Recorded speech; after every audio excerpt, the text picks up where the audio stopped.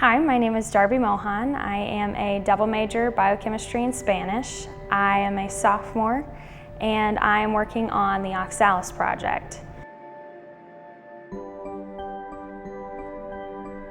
The oxalis project is basically trying to figure out how we can medicinally grow things in Martian soil for the future astronauts to use that will travel to Mars.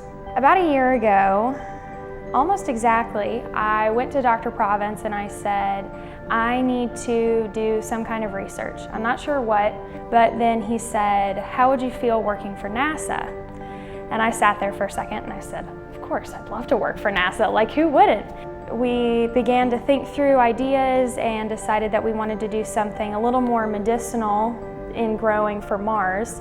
As of right now, most research is happening where they're growing other kinds of crops, so like corn and potatoes, but there hasn't been a whole lot in the vitamin sector and in the supplement sector. We were using all of these different articles that had already existed for how to find the vitamin C and how to find the vitamin E in each plant type, so how to extract it and how to measure it and that kind of thing. We went through a whole lot of articles to make that happen.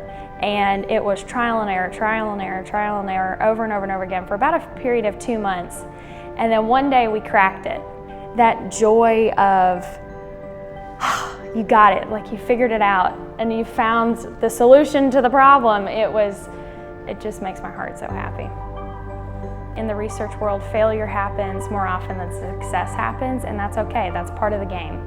That's part of the whole point, is that while you're also trying to do literal plant growth, you're also doing a lot of self-growth and understanding what you need to function best.